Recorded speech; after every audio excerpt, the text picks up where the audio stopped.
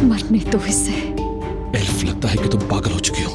मैं इस औरत को अपने दरवाजे पर मरने नहीं दे सकता। अगर एम्बुलेंस आ गई तो मैं जेल चली जाऊंगी और इन्हें होश आ गया तो ये सबको सब कुछ बता देंगी। हमारा सारा प्लान, सारी चालें सब फेल हो जाएगा।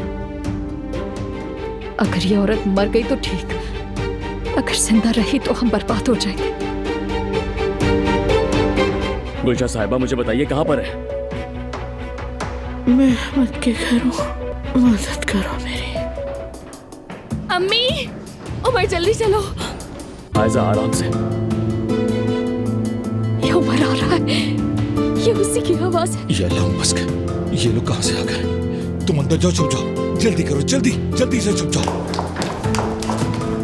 साहिबा, गुलशा साहिबा। अम्मी, गुलशा साहिबा, अम्मी, आंखें खोलो। अम्मी, पता नहीं क्या हो गया इनको। अम्मी उठे। अम्मी, मेरी अम्मी को क्या हुआ है?